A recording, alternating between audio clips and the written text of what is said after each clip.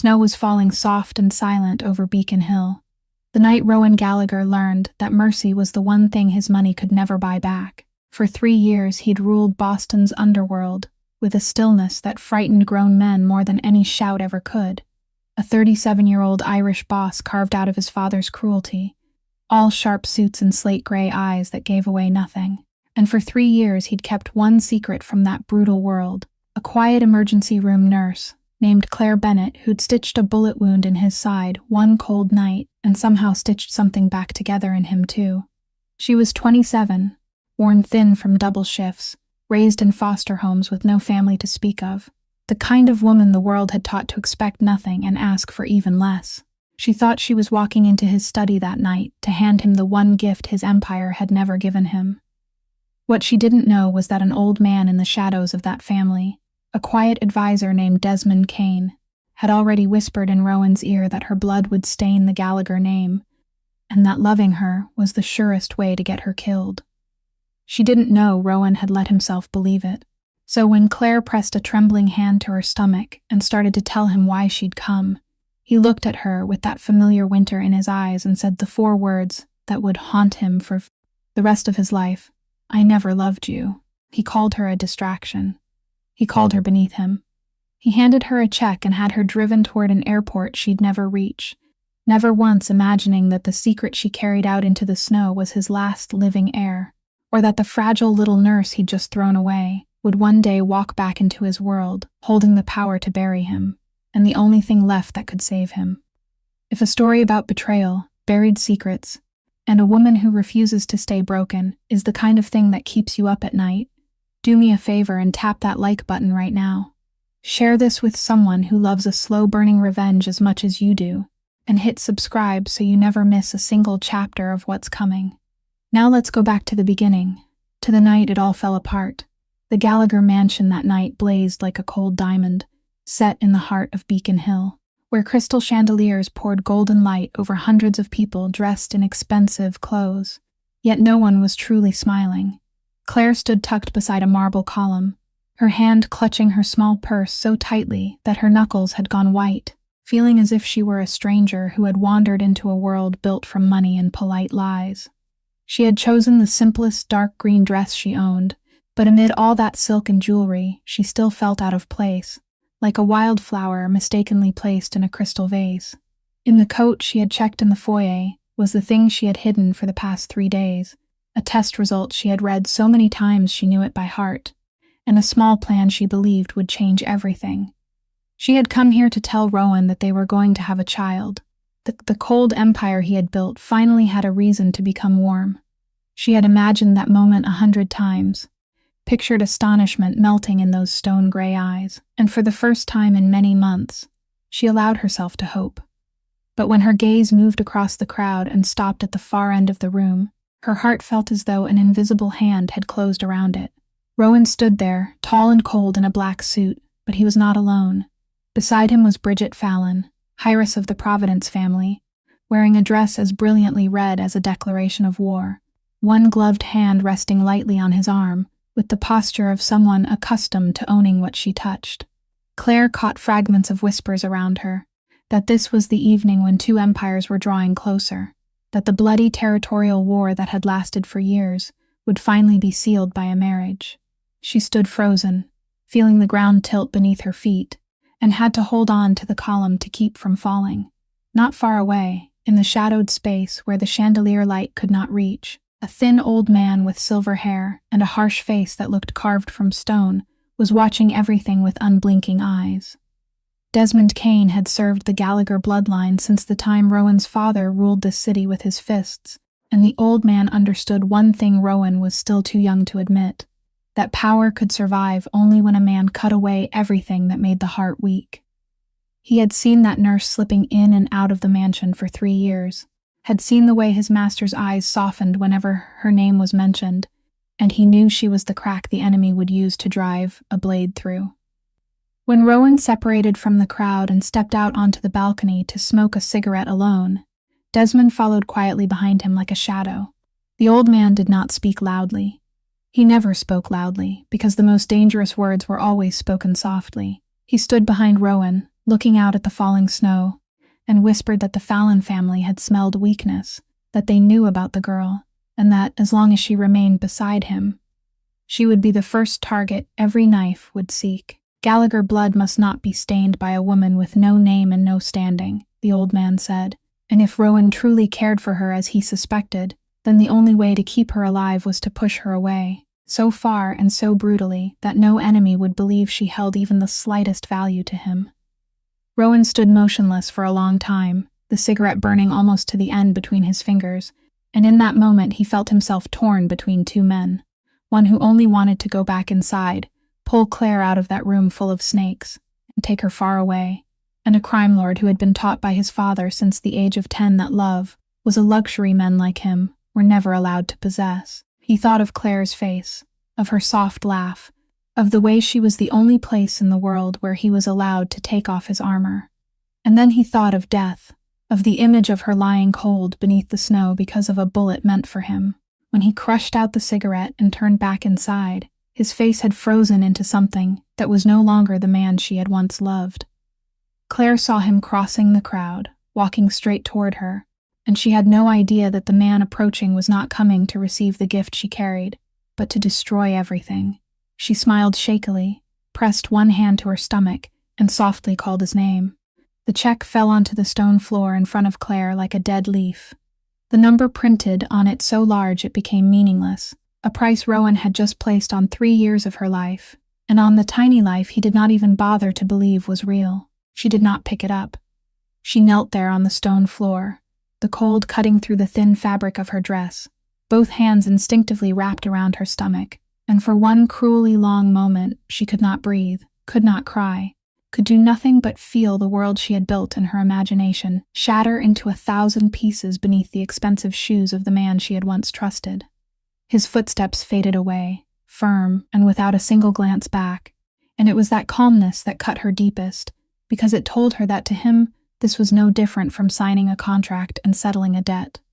Around her the library sank into silence, the leather-bound shelves and the scent of old oak, witnessing everything without being able to say a word.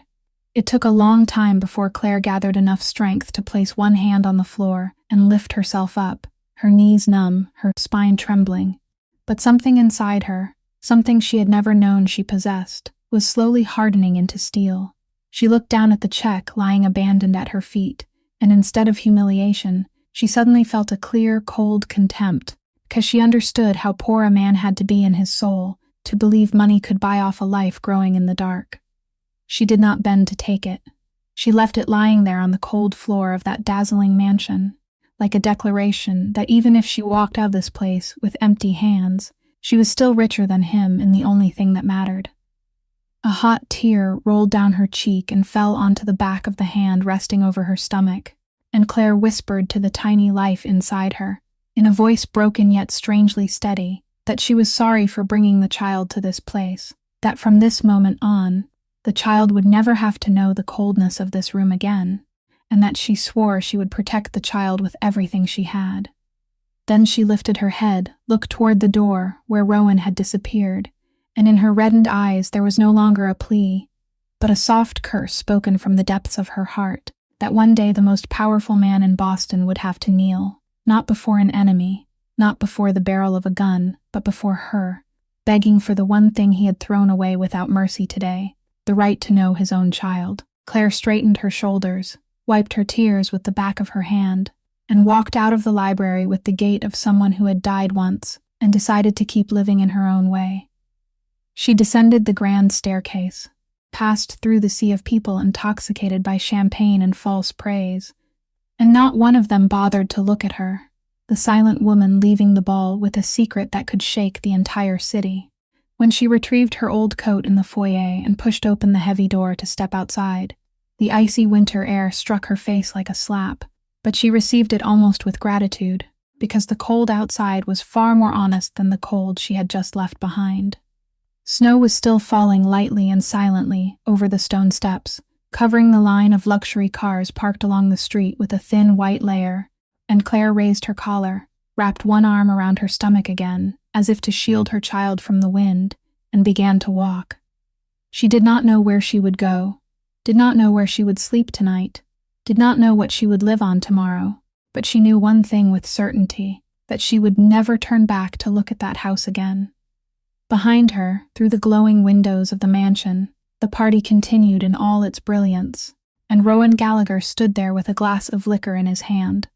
not yet knowing that along with the woman who had just vanished into the snow, he had just lost the only precious thing his entire fortune would never be able to buy back. Claire had only gone a few blocks, her thin shoes already soaked with melted snow and both feet numb with cold, when a black sedan silently glided up beside the curb next to her, the window lowering to reveal a face she recognized at once. Walter Price, the old advisor to the Gallagher family, a 61-year-old man, with neatly combed silver hair and eyes that always seemed to carry a sadness she had never understood, was looking at her through the window with a rare urgency. He told her to get in, his voice low and hurried, and when Claire hesitated and took one cautious step back, her instincts newly sharpened by what had just happened in that cold library, Walter said quietly that if he had wanted to hurt her, he would not have needed to drive through the snow in the middle of the night to find her himself. There was something in his voice, a tired sincerity, that made her open the door and slide into the seat, and the moment the door closed, the warmth inside the car wrapped around her so completely that she almost started crying again. Walter spoke without wasting a single breath. He told her that the check Rowan had forced into her hand was not pity, but a trap, that the flight arranged to take her out of Boston tonight would never land where it had promised to land, and that there were people in this world who wanted to make certain she disappeared in a way that left no trace. Claire listened, feeling the blood in her body turn to ice, one hand gripping the seatbelt, the other reflexively returning to her stomach. She asked why he was helping her, a stranger, a woman his world saw as a stain that needed to be erased, and Walter was silent for a long while, his veined hands tightening around the steering wheel as the streetlights passed over his harsh face in broken strips. Then he told her, in a voice so quiet it was almost a whisper, that many years ago, he had once had a daughter too, that she had also carried a tiny life inside her, and that he had stood helplessly by as both of them were pulled into the merciless machinery of the world he had bound himself to for his entire life, and he had lost them forever. He said he had spent all the years since then, living with one question gnawing at his heart, whether things might have turned out differently if he had been just a little braver then, if he had acted just a little sooner. And he said, his eyes still fixed straight ahead on the snow, that he would not let history repeat itself a second time when it was unfolding right in front of him. The car stopped in a dark alley behind an abandoned warehouse, where another vehicle had been prepared, an old station wagon with no navigation system, nothing that could be traced.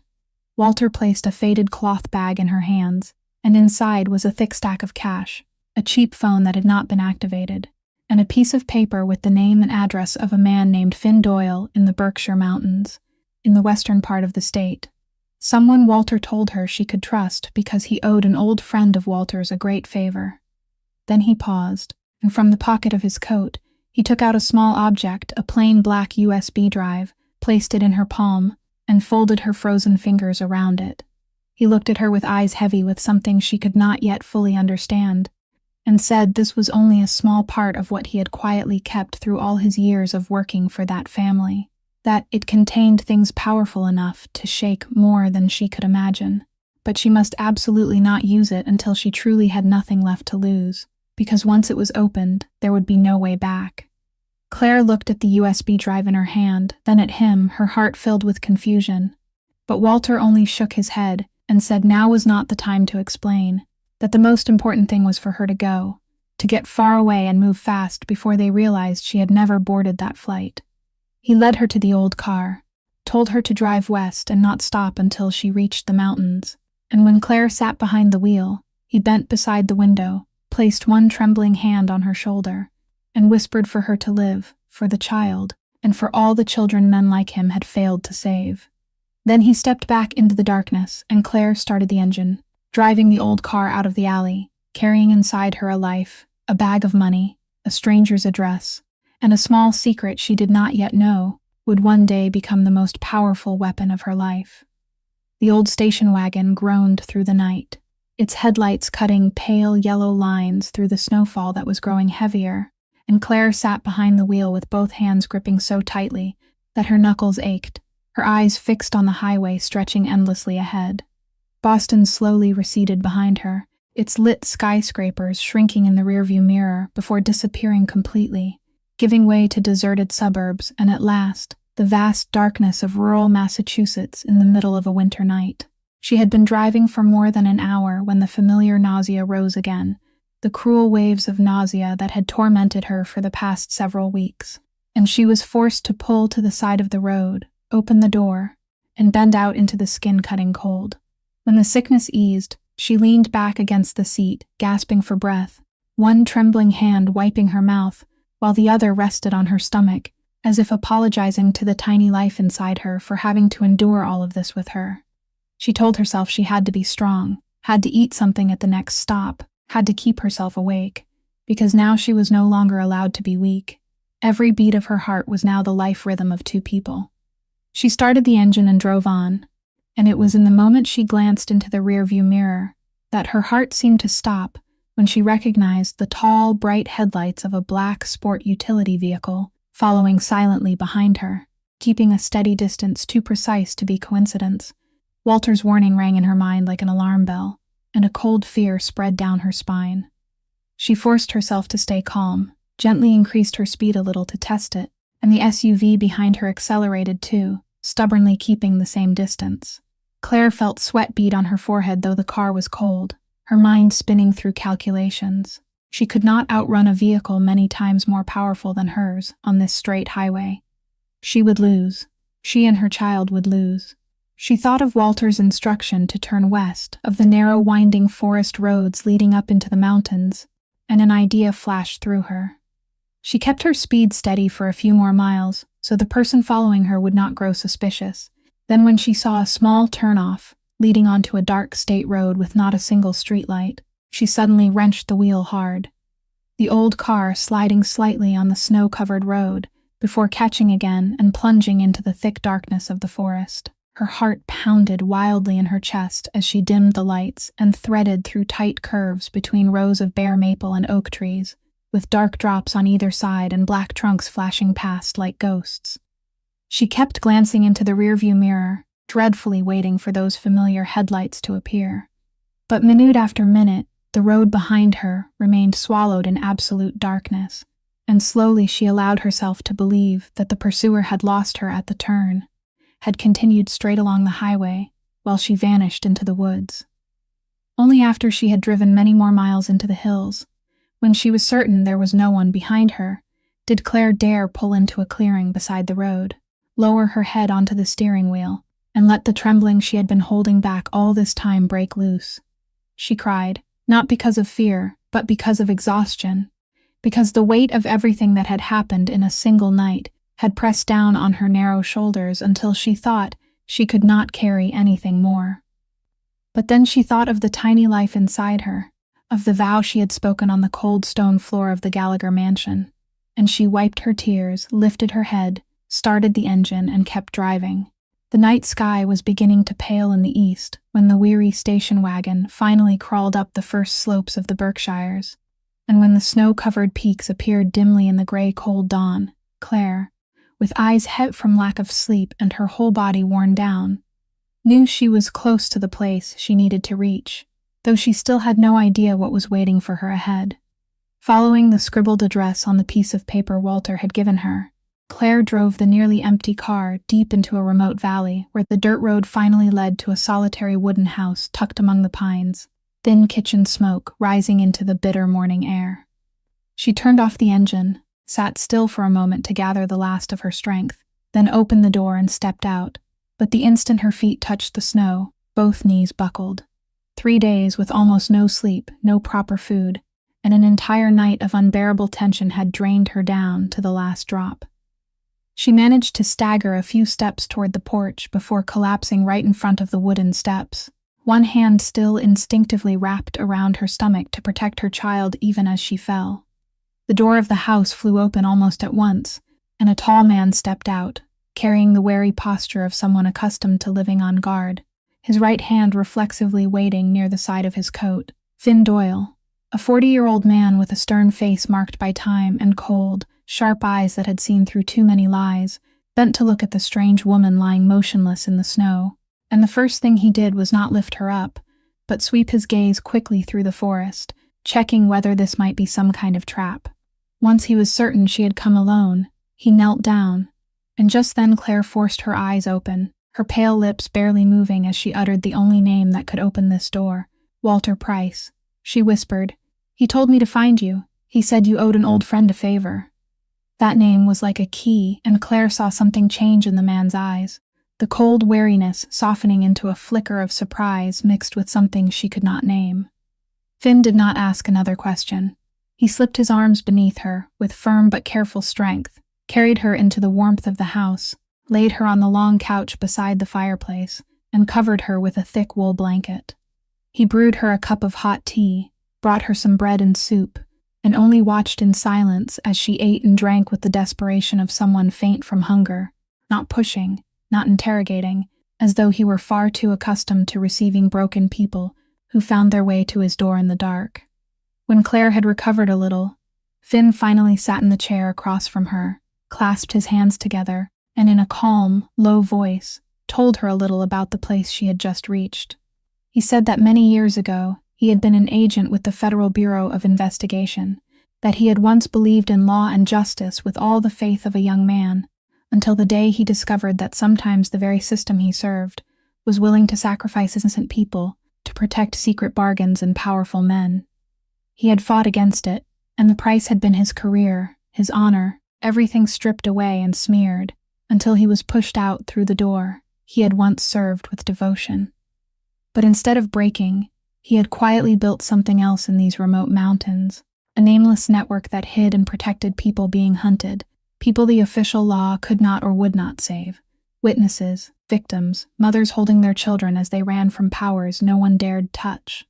Claire listened, and when she mentioned the name Gallagher to explain why she had fled, she noticed Finn's hand tighten for a moment, and a dark shadow passed across his face, a heavy silence stretching a little longer than necessary, before he nodded and said she had come to the right place.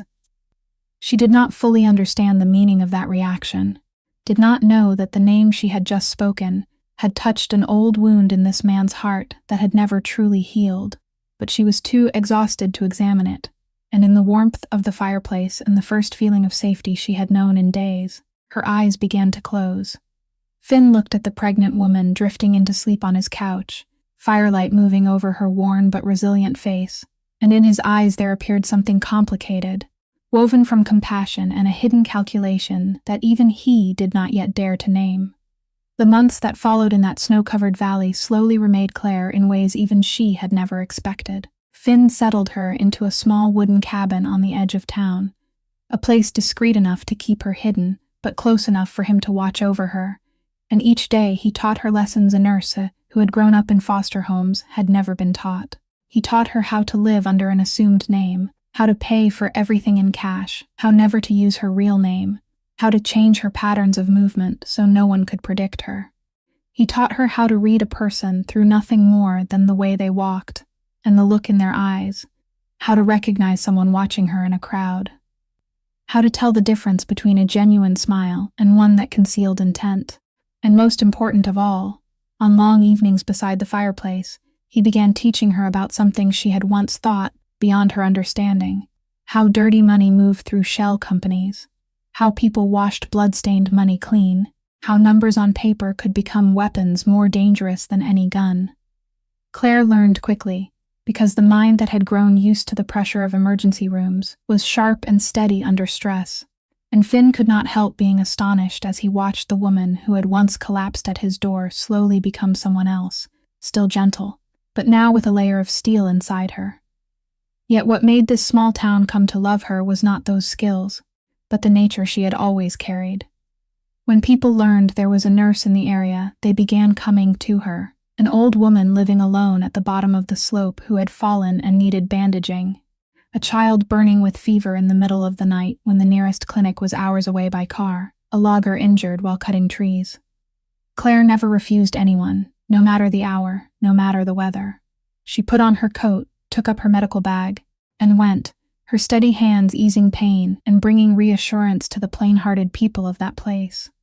They paid her with baskets of eggs, loaves of fresh-baked bread, bundles of firewood stacked outside her door in the morning, and little by little, the strange woman who had once fled through the night became part of the community, greeted with smiles everywhere she went. It was during those days that Claire learned something that 3 years in Rowan's glittering world had never taught her, that a person's dignity did not live in expensive dresses or magnificent parties, did not live in being allowed to stand beside a powerful man, but in the small acts of kindness people gave without expecting anything in return, and that her true worth had never depended on whether a man chose her or not. The child inside her grew larger day by day, and with that growth came a love so fierce it sometimes took her breath away. On one quiet night, as snow fell beyond the window and the fire crackled softly, Claire placed her hand over her stomach, felt a small kick from within, and gently whispered the name she had chosen for her son, Elias. A name she had once read somewhere meant promise and protection, exactly what she had sworn to give him. She told Elias that although he had been born from a painful beginning, he would never be without love, that she would be both father and mother to him if she had to, that he would grow up knowing the worth of kindness and resilience, not power and fear. Finn, who occasionally came by with supplies and new lessons, gradually felt the change in her too, and though there was still something heavy and unspoken hidden inside him, he could not deny that this woman possessed an inner strength that could make even the hardest men respect her. 2,000 miles to the east, in a city still sinking in cold calculations, no one in Rowan Gallagher's world suspected that the woman they believed had vanished without a trace was growing stronger with each passing day, preparing day by day, even though she herself did not yet know what she was preparing for. In Boston, winter gave way to spring, then spring slowly leaned toward summer, but inside the lavish rooms of the Gallagher mansion, time seemed frozen in a coldness that had nothing to do with the weather. Rowan had everything the Alliance had promised. The territorial war with the Fallon family had ended, his empire now stretched wider than ever, and no one across the city dared challenge his power. He stood on the peak his father had once dreamed of, and he realized how cold and empty that peak truly was. Every night he stayed awake, sitting alone in his dark study with a glass of liquor that never seemed to empty, staring out at the glittering city below and seeing nothing except a hollow space growing larger each day inside his chest. He could not understand it. He told himself that a man like him was not allowed to have such weak emotions, that the emptiness he felt each time he passed that library was only habit, that the way he still seemed to catch the faint scent of a woman in corners of the house, where she should never have been, was merely his imagination betraying him. Bridget Fallon was now officially his fiancée, moving through the mansion as if it already belonged to her, and every time her cold hand touched him, Rowan felt a weariness rise inside him that he had to work hard to conceal. She was beautiful, she was sharp, she was a perfect piece on the board of power, but beside her he felt lonelier than when he was alone. And while Rowan struggled with the emptiness he did not dare name, another truth was quietly taking shape around him, one he could only vaguely sense. Desmond Kane, the old advisor who had stood behind him whispering on that snowy night, was now present everywhere, in every meeting, every decision, every agreement. The old man held in his hands connections woven across decades, the secrets of every family, the invisible threads tying this entire underworld together, and little by little, he tightened his control over the empire that belonged to Rowan in name. There were orders issued that Rowan only learned of after they had already been carried out. There were meetings held where he was not invited, and gradually, in those long, sleepless nights, Rowan began to realize something that chilled him, that the alliance he had believed was his victory had in fact been arranged by Desmond long ago, that the decision to drive Claire away, which he had thought was his own choice, had actually been planted in his mind by the old man's careful whispers. He remembered that night on the balcony, remembered the low voice pouring into his ear about blood that must not be stained, about the only way to keep the girl alive, and for the first time, he wondered whether he had been manipulated, whether he was truly the master of this world, or only a puppet, propped up to wear the crown while someone else pulled the strings from the shadows. The thought gnawed at him, but he had no proof, and a wounded beast that did not yet know its true enemy could only growl in helplessness. Meanwhile, Bridget was not sitting quietly and enjoying her new position. As a keen and ambitious woman, she sensed that something was wrong in her fiancé's cold distance, that his heart seemed to be somewhere else, and the instinct of a predator told her that the invisible shadow standing between her and Rowan was the woman who had vanished on that fateful night. She began investigating quietly, sending people to follow the thinnest traces of the nurse who was believed to have left the city. And when those leads brought her to the truth that no one named Claire Bennett had ever been booked on that flight that night, that the girl had disappeared from Boston in a way far too clean to be coincidence, Bridget's cold, sharp gaze slowly turned toward the only man with enough old loyalty and enough means to stage a disappearance like that, the old advisor Walter Price. Bridget was not the kind of woman who acted in haste. She waited, watched, wove her net with patient care until she was certain. And then, on a humid late summer night, when Walter Price left a late meeting in the southern harbor district of the city, her men were already waiting in the dark. They made no noise, left no trace, only quietly escorted the old man into an aging warehouse buried among rust-stained containers, where the sound of waves striking the stone embankment and the distant call of a ship's horn were the only noises that reached them. Inside the warehouse, beneath the sickly yellow light of a swinging ceiling bulb, Bridget was waiting, her slender figure dressed in dark clothes, her beautiful face as cold as if it had been carved from ice. She looked at the old advisor being held in the chair, at the center of the empty room, and a smile curved her lips without ever reaching her eyes. She spoke to him in a voice so gentle it only made the air more threatening, saying that she knew he was the last person to see the nurse before she disappeared, that she knew a disappearance so clean could not have happened without the hand of someone who understood every corner of this world the way he did, and that she only needed him to give her one simple answer, where the girl was now. Walter lifted his head and looked at her, his old eyes still holding the astonishing calm of a man who had lived too long and lost too much to remember how to be afraid. He said nothing. Bridget circled the chair, her heels tapping in a steady rhythm against the damp concrete floor, and she began to shift her tone, from sweet to sharp, reminding him that his loyalty was now misplaced, that Rowan had cast that girl aside long ago and would never come back to protect a stubborn old man who dared outmaneuver the entire family. She promised that if he cooperated, he could spend his old age in peace, but if he continued to remain silent, the years left to him would not be pleasant ones. But Walter only looked at her, and in his eyes there was no surrender, only a strange pity, as though he were looking at a child who did not fully understand what she was playing with. He said quietly, his voice hoarse but clear, that he had served this family longer than she had been alive, that he had watched people far more ruthless than her come and go many times over, and that there were things in this world that could not be bought with money and could not be forced by threats. That answer enraged Bridget, and she signaled to her men. The air inside the warehouse thickened at once with tension, large shadows pressing close, and though the night outside concealed what happened within those four rusted walls, one could feel the cold cruelty radiating from the woman who craved an answer. Time passed inside that warehouse as heavy as lead, hour after hour, Bridget asking the same question again and again, coaxing then threatening, softening then hardening, but the old advisor kept his mouth sealed like a stone statue. Each time she thought she was close to shaking him, he only looked at her with that maddeningly calm gaze and did not breathe a single word about where Claire was hiding. Bridget began to feel frustration gnaw at her pride, because she was used to everything and everyone bowing before power and fear, yet this thin old man stood firm before her like a wall she could not break through.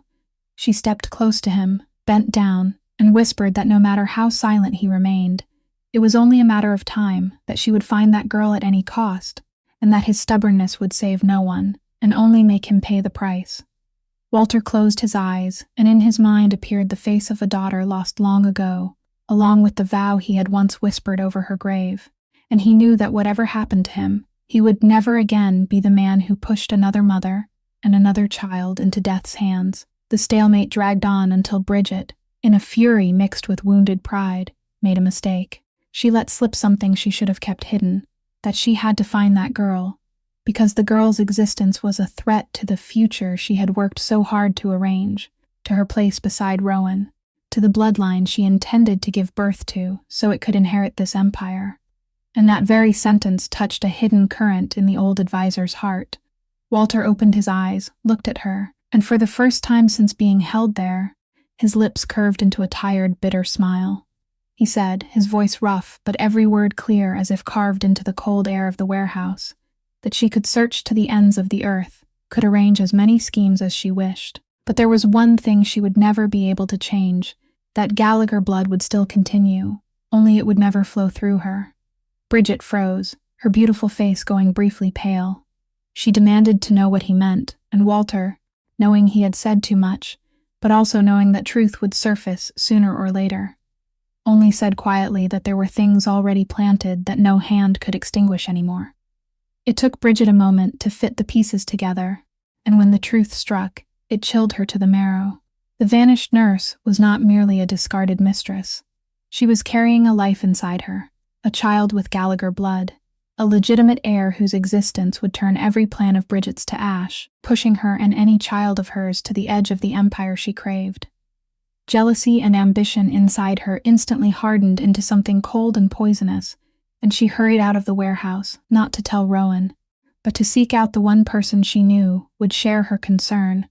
the man who had quietly supported this marriage from the beginning, the man she had always understood to be the true holder of the strings of power in the shadows. Because the truth Rowan had only begun to sense dimly was something Bridget had known clearly for a long time, that the one sitting on the throne and the one truly ruling were not always the same. In a discreet windowless room buried deep inside a building owned by the family, Desmond Kane sat behind a dark wooden desk, listening as Bridget recounted everything with the frightening calm of a man too old to be surprised by anything anymore. He did not shout, did not show anger. He only slowly laced his dry, thin fingers together and stared into space, cold eyes calculating moves that would take other men a lifetime to understand. To Desmond, that unborn child was not an innocent life, but a stain, a danger that could shake the order he had spent his entire life building and protecting. A mixed bloodline threatening what he called the purity of the Gallagher Empire. He had once whispered in Rowan's ear to drive the girl away, believing that would be enough. But now he understood that as long as that child existed, the danger remained, and a man like him never left loose threads behind. He told Bridget she had done well to uncover the truth, but from now on she should step back and let him handle the rest his own way, decisively and without mercy. When Bridget left, Desmond picked up an old telephone, dialed a number very few people knew, and in a low, quiet voice without the slightest trace of emotion, ordered a man named Connor Whalen, the leader of a group of men who handled the things Desmond never wanted to dirty his own hands with, to gather his people and head west to the Berkshire Mountains, where the final leads had pointed, and permanently end the nuisance named Claire Bennett, before it could grow into something no one could stop,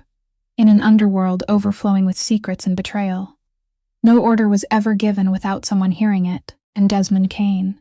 wise as he was, had forgotten that true loyalty did not always flow toward the one holding power. One of the men who had once served under Rowan's father, a man who still carried a remnant of old honor in his heart, and a quiet resentment toward the old advisor, who was slowly seizing control of everything, intercepted the information about the assignment Connor Whalen had just received. And with it came a photograph, something that was supposed to be used only to confirm the target before the strike. That man stood before a choice, and in the end, instead of letting everything unfold in darkness, he quietly sent the photograph to the one person who had both the authority and the reason to stop it. That night, Rowan was sitting alone in his study as he did every night when his phone vibrated with a wordless message from an unknown number. He opened it, and time seemed to stop. On the screen was the image of a woman photographed from a distance, standing on the porch of a wooden house among snowy mountains, her face thinner than he remembered, but still the face that had haunted him through so many sleepless nights. And what made his breath catch in his throat was the shape of her body, the unmistakably rounded stomach of a mother nearing the time of birth. Rowan sat motionless, his finger trembling as he enlarged the image, and in his mind, the numbers began fitting themselves together with cruel precision. The night she had stepped into the library with one hand resting over her stomach, and hope shining in her eyes. The way she had tried to tell him something before he cut her off with the bitterest words. The amount of time that had passed since that night. Everything struck him at once, and the terrible truth he had blindly denied now lay bare before his eyes. The woman he had thrown away like something useless had been carrying his blood inside her. The child his cold and powerful life had never dared dream of, and he had not only cast her aside, he had pushed both mother and child into the mouths of wolves. The glass of liquor in his hand fell and shattered across the floor, but Rowan did not hear it, because inside his head, only the final pieces were falling into place, forming a picture that froze his blood. Desmond's voice on the balcony that snowy night, the sudden appearance of the alliance with the Fallon family, the old man's skillful way of planting in him, the fear that loving Claire meant killing her, and now the secret order sending men to the Berkshires without his knowledge. Rowan awakened to a truth even more bitter than his own betrayal, that he had never truly been the one who chose to cast her away, that he had only been a puppet pulled by an old hand in the dark, someone who had manipulated him since he was too young to recognize it. And now that same man was moving to destroy the last remaining piece of happiness Rowan had carelessly let slip away. A fury unlike anything he had ever known rose inside him, but it was not loud rage. It was a deadly coldness, the ice gathered through all those years, now melting into an iron resolve. For the first time in his life, the man who had always controlled every emotion felt something break apart inside him, and through that crack came not weakness, but something he had buried for too long, love, regret, and a protective instinct so fierce it nearly stole his breath. Rowan shot to his feet, swept aside every political calculation, every underworld rule, every fear of reputation, because now there was only one thing left in his heart that mattered. He rushed from the room, shouted for the few most loyal men he still had, ordered everything prepared so they could leave immediately, and as he strode through the cold corridors of the mansion toward the waiting night, a fire burned in the stone-gray eyes that had once revealed nothing, a fire no enemy had ever seen before, the fire of a man who had nothing left to lose except the thing he had just realized he loved more than his own life. That night, the first snow of the season fell early over the Berkshires, laying a pure white cover across the peaceful valley where Claire had found refuge, and no one in the small town suspected that beneath that stillness, death was moving quietly closer along the dark forest roads. Connor Whalen and his men had arrived, moving through the shadows with the coldness of men accustomed to this kind of work, but Finn Doyle was not a man easily surprised. A lifetime of living on alert had sharpened in him a kind of sixth sense, and when the night birds suddenly fell silent and the dogs throughout the valley began barking at the empty dark all at once, he knew. He rushed to Claire's cabin, pounded on the door to wake her, hurried her out through the back, and hid her in the storage cellar beneath the floor, warning her in an urgent voice that no matter what she heard, she must not make a sound. Then he and a few loyal men from his network, men he had once sheltered, and who now were willing to risk their lives to protect this place, spread out through the darkness to stop the intruders.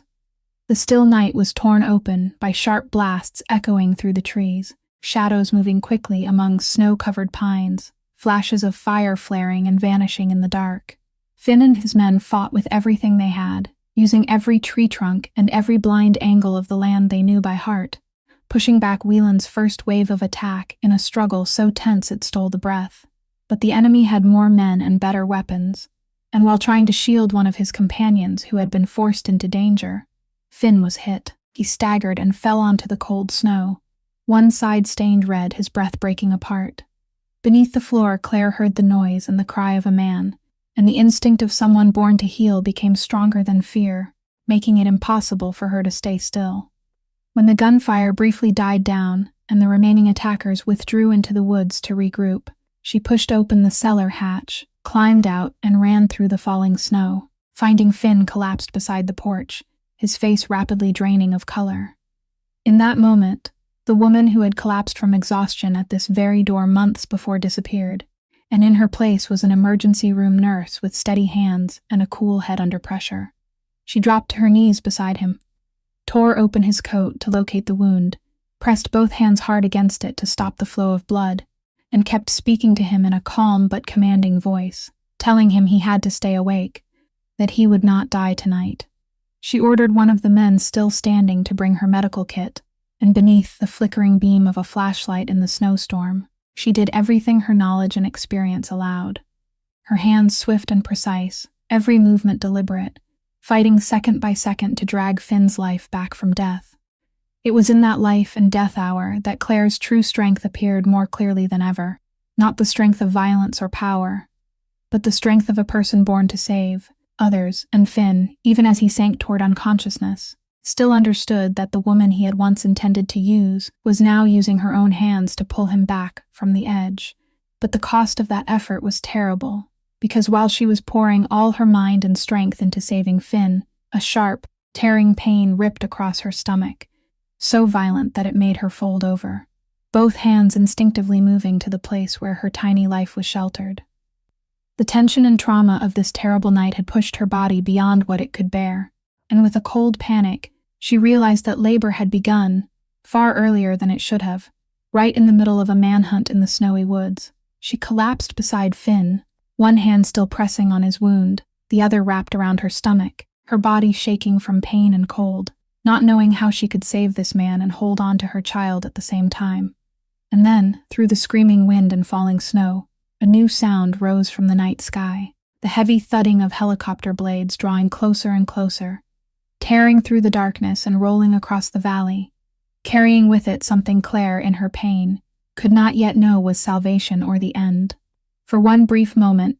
Claire lifted her head toward the sky with a fragile thread of hope, wondering whether someone had come to save them. But that hope was snuffed out at once, when the helicopter lowered toward the clearing nearby, and dark-clothed figures jumped out, moving with a cold discipline even more terrifying than Wayland's men. Because this was not salvation. This was the second team Desmond Kane had sent, men ordered to clean up everything, not only Claire, but Whelan's battered group and anyone else still alive, leaving no trail that could lead back to the old man in the shadows. He had never fully trusted a single strike, and that calculated cruelty now turned the peaceful valley into a trap with 3 layers. Whelan's group had been exhausted after the struggle with Finn. The loyal men of the network had only a few left standing, and most of them were wounded, and Finn was lying barely alive beneath Claire's trembling hands as labor tore through her body. Everything seemed to have reached the end, and Claire wrapped her arms tightly around her stomach, bending over to shield both Finn and her unborn child, whispering through tears that she was sorry, that she had tried her best. But at that darkest moment, from the forest road leading into the valley, a convoy of cars came racing in at a reckless speed, headlights sweeping wildly through the snow, and from the first vehicle before it had even fully stopped, a man in a black coat rushed out, moving not with the caution of a hunter, but with the desperate recklessness of a father racing against death. Rowan had arrived, not descending from the shadows of the sky like the assassins, but tearing through the frozen roads below, driving for hours through the darkness with the last loyal men he had left, and when his eyes swept over the chaos before him and found Claire collapsed in the snow, something in him ignited. He plunged into the gunfire without flinching from danger, fighting with a ferocity that made even the most battle-hardened men falter, because this was no longer the cold calculating crime lord, but a man fighting to reclaim the one precious thing in his life. Rowan's men spread out to stop Desmond's assassins, and amid the chaos of snow and darkness and sharp blasts, the balance began to tilt toward those willing to die protecting, rather than those who had come to destroy. Rowan crossed through all of it, running straight toward the wooden house, and when he nearly reached it, a figure blocked his way. It was Finn, wounded badly yet somehow forcing himself upright, one hand braced against the doorframe, the other aimed straight at him, his eyes filled with hostility and suspicion. The man who had once been betrayed by the system looked at the man rushing toward them with every bit of suspicion he had left, and in a voice broken by pain, he stopped him, saying that Rowan was the one who had thrown her away like garbage, that she had almost died because of him, and that he would not let him near her again. In that moment, everyone around them seemed to hold their breath, and Rowan, the most powerful crime lord in Boston, a man who had never bowed his head to anyone, a man who had always used strength and fear to force his will upon the world, did something no one could have expected. He lowered his weapon onto the snow, then slowly dropped to his knees in front of Finn, in the middle of the snowstorm while the sounds of death still echoed from the forest. He lifted his proud, once cold face, and for the first time in his life, his voice broke. bare and desperate, as he said Finn was right, that he deserved every hatred in this world, that if Finn wanted to take his life, he could do it after all of this was over. But right now, the woman he loved and the child he had never known were dying, and he was begging, pleading, to be given one chance to save his family. Finn looked down at the man kneeling in the snow, looked into eyes that no longer held any ice, but only the pain of someone who had finally understood what he had lost. And with Claire's cries of pain echoing from behind the door, the former agent slowly lowered his gun and stepped aside. Rowan rushed through the door and dropped to his knees beside Claire, gathering her into his trembling arms, and when her pain-blurred eyes found his face, she no longer had the strength to be angry or push him away. She only whispered that the baby was coming, that she was scared. One of the network's men had managed to call the only person who could help now, Dr. Meredith Vance,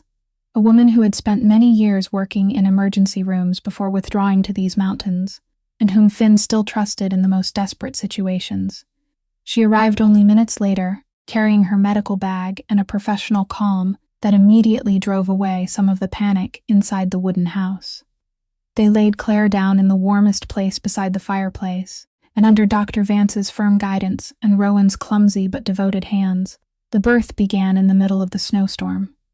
Claire gathered the last of the strength left in her, and the woman who was used to saving others now had to fight with everything she had for the life of her own child.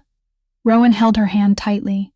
for the first time in his life speaking awkward words of encouragement, begging her to keep going, promising things he had never dared imagine before. And then, through the howl of the wind and the snow beating against the windows, a new sound rose inside the room, the first cry of a tiny life, so clear and strong that every battle-hardened man in the room went breathless.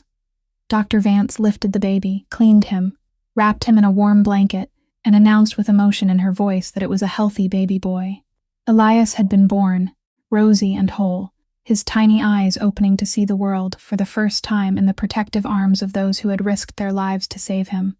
And in that moment, Rowan, the man who had once believed his bloodline would end in loneliness, looked into his son's face and felt an emotion break open inside him, that all the fortune and power in the world had never been able to give. But that joy had not yet become complete before a new horror struck. Claire's face suddenly went frighteningly white, her lips losing every trace of color, and Dr. Vance, having just placed the baby into the arms of a helper, turned back at once with urgent alarm as she realized Claire was bleeding badly after the difficult birth. Claire's eyes began to drift, the hand holding Rowan slowly loosened, and then, through his terrified cry, her body went limp, her eyes closed, and the weak pulse under Dr. Vance's fingers suddenly stopped altogether. In that moment, Rowan's world collapsed completely, and the man who had never shed a tear in all his ruthless life now broke down beside her, calling her name in desperation, as tears rolled down the face once carved from ice. But Dr. Vance did not allow herself to stop. With all the experience of years spent on the line between life and death, she shouted orders to everyone, and began compressions on Claire with firm, steady movements, counting the rhythm through her urgent breath. She demanded the emergency equipment Finn always kept stored for critical situations, and inside the wooden house, thick with unbearable tension, she fought to pull Claire back from the other side.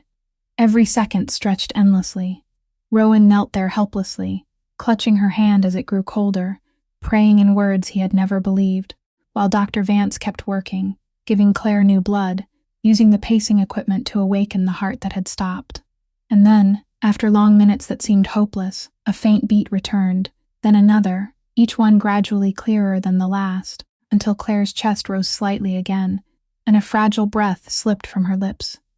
The woman who had spent her life saving others was brought back from death by the very profession that had defined who she was,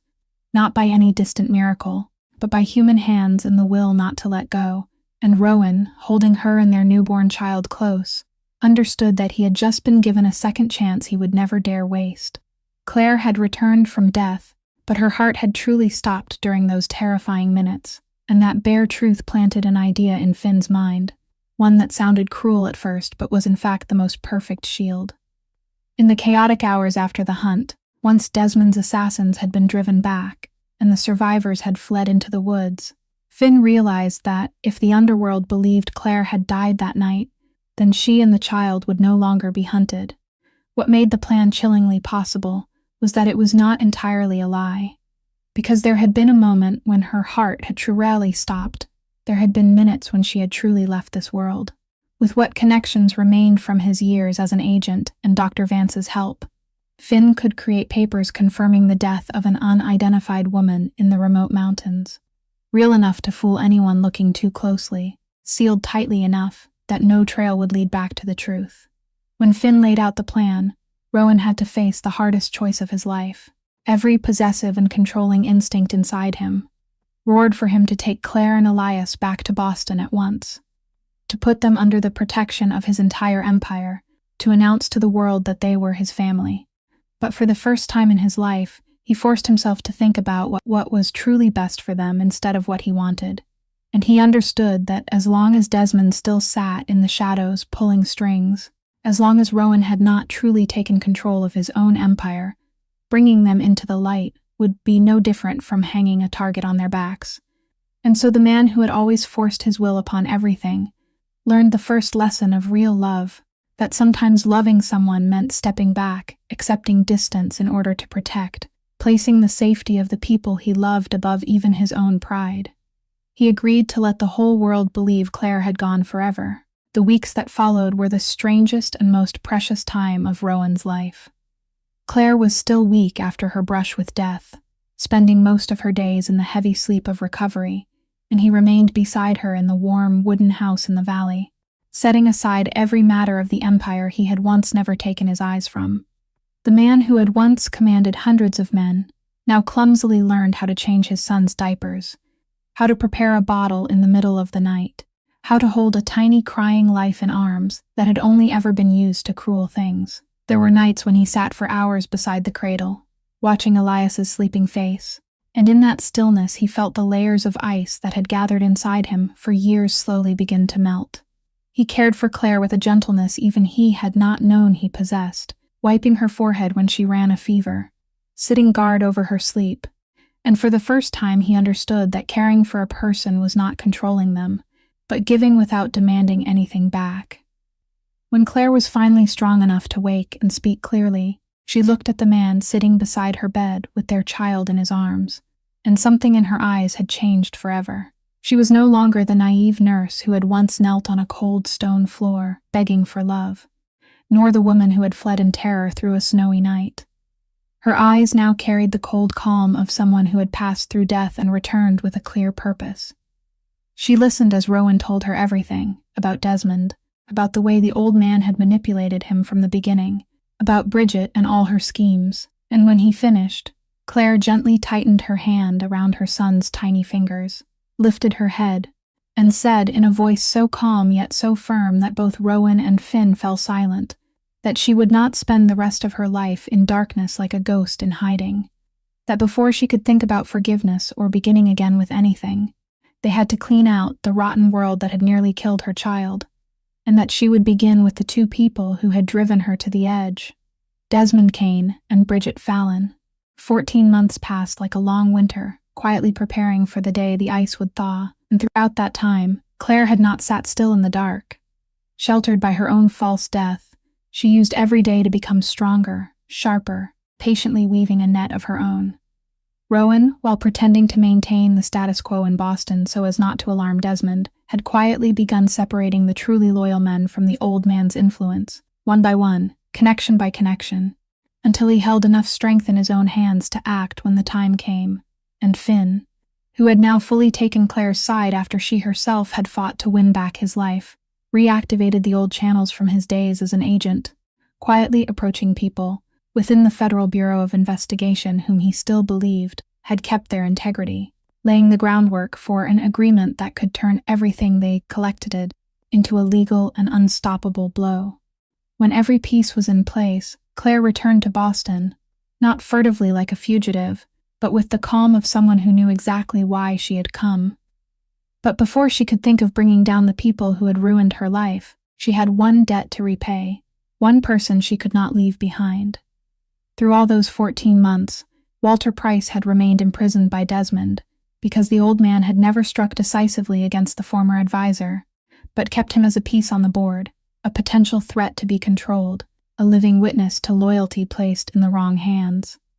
With information from Rowan's loyal men and Finn's precise coordination, they located the place where Walter was being held, a discreet mansion in the suburbs guarded by Desmond's people.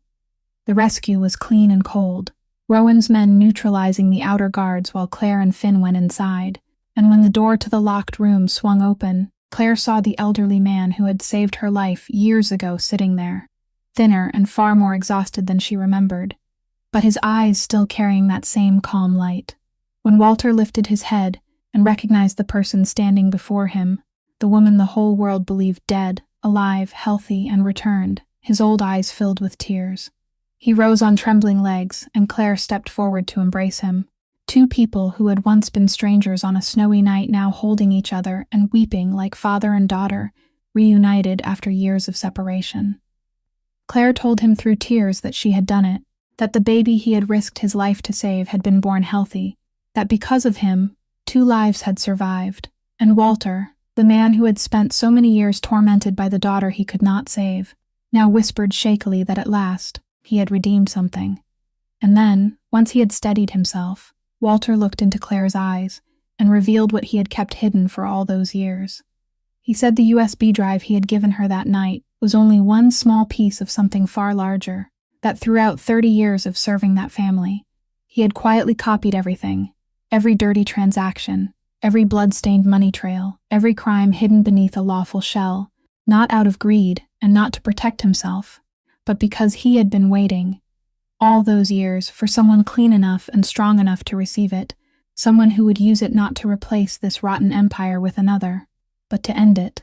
He said that from the night he saw her walk out of the Gallagher mansion, with a vow in her eyes, he had known she was the person he had been waiting for. And now, he placed in her hands the whole truth, the bomb that had been smoldering for 30 years, powerful enough to bury Desmond Kane, and every person who had built their power on the bones and blood of the innocent.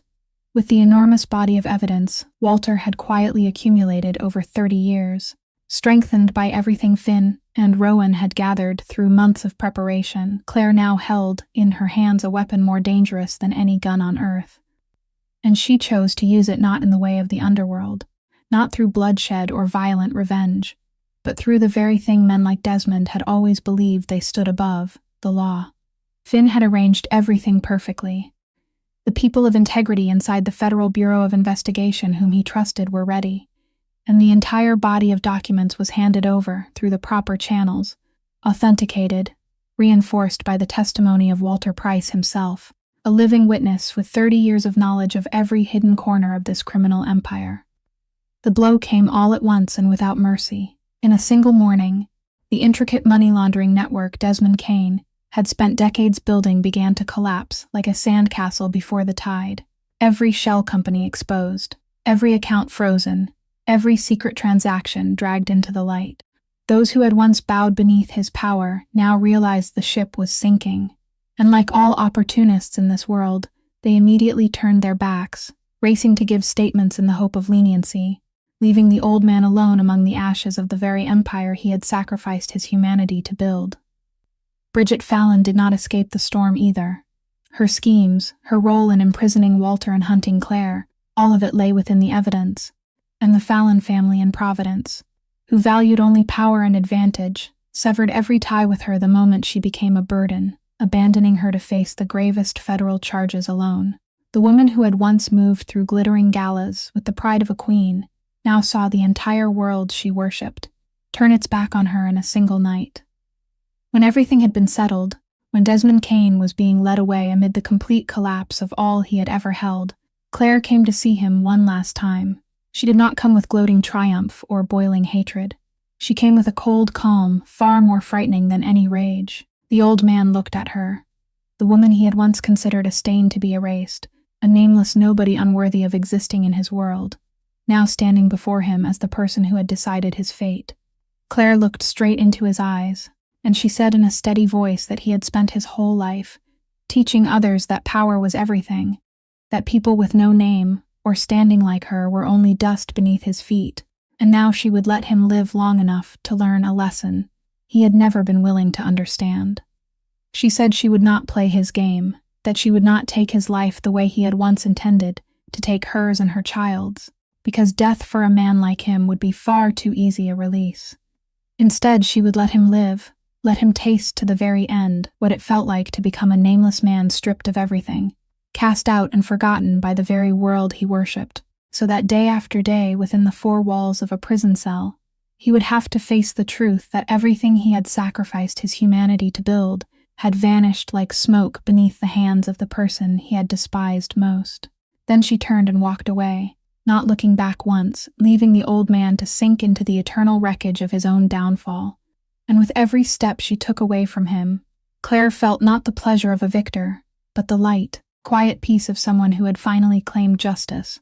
not by becoming the monster she had once hated, but by holding fast to her own dignity until the very end. The fall of Desmond Kane and Bridget Fallon opened an entirely new chapter, not only for Claire and Rowan, but for the whole underworld that had grown used to living in darkness for generations.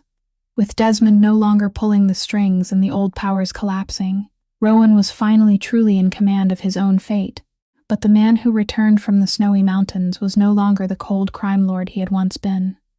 Under Claire's quiet but steadfast guidance, he began a task his father would never have understood, slowly dismantling the empire built on fear and blood, converting what could be salvaged into lawful businesses, cutting away the darkest parts, and restoring peace to the neighborhoods that had once had to live beneath the shadow of the Gallagher family. Claire, with the heart of someone who had once grown up with no place to belong, persuaded Rowan to use that vast fortune to do something meaningful, and together they created a charitable foundation for orphans and children growing up in foster homes, children just as she had once been, along with free community health centers serving the poor people she had once cared for with her own hands. The woman who had once been called lowly was now helping thousands of others rise to their feet, and that was true power, the kind of power that did not come from making other people kneel, but from helping them stand tall. But although Claire's heart had softened, she did not give forgiveness away easily, because she understood that love did not mean forgetting, and trust had to be rebuilt through actions, not words. When Rowan, one quiet afternoon, took her hand and asked her to give him a chance to make up for everything, to be a real father and a real partner, Claire looked at him for a long time and said that she had not forgotten what he had said on the cold stone floor that night, that the wound would need a great deal of time to heal, and that he would have to prove every single day that he had truly changed. Rowan held her hand tightly, and with all the sincerity the once cold man could possess, he answered that he had the rest of his life to prove to her and Elias that mother and son were the only thing that mattered to him, and that he would not waste even one day. Time passed, and day by day, Rowan kept his promise, not through lavish gifts or sweet words, but through patient presence, through the gentleness he had learned in hardship, through the way he respected Claire as an equal human being and not as something to possess. And then, on one beautiful morning, in a small house filled with sunlight far from the city, so different from the cold stone mansion where everything had begun, 3 people could be seen gathered together, Rowan holding little Elias, now toddling on his tiny feet, the child's bright laughter ringing through the warm room, and Claire standing there watching father and son, feeling for the first time in her life a complete peace that no power or money could ever buy. The man who had once ruled an entire city through fear had finally found the most precious thing his whole fortune had never given him: a home, a family, and a love built on the foundation of respect. Claire's story reminds us of something simple yet profound, that a person's worth is never measured by status or wealth, but by kindness, resilience, and the dignity they hold onto even in the darkest hours, that no one has the right to look down on another person or decide their fate, and that true love is not possession, but respect, lifting each other up, and choosing what is right even when it is hardest. If this story has touched your heart, please subscribe to our channel, press the like button, and share this video so you can listen to many more moving and meaningful stories every day. How do you feel about this story? And do you think Claire made the right choice by giving Rowan a chance? Please leave a comment and share the feelings from deep within your heart, because we always hope to hear your sincere thoughts and emotions. Thank you for listening until the very final moment. May you and your loved ones always have abundant health, a joyful life, serenity, and peace every day. Goodbye, and we'll see you again in the next videos.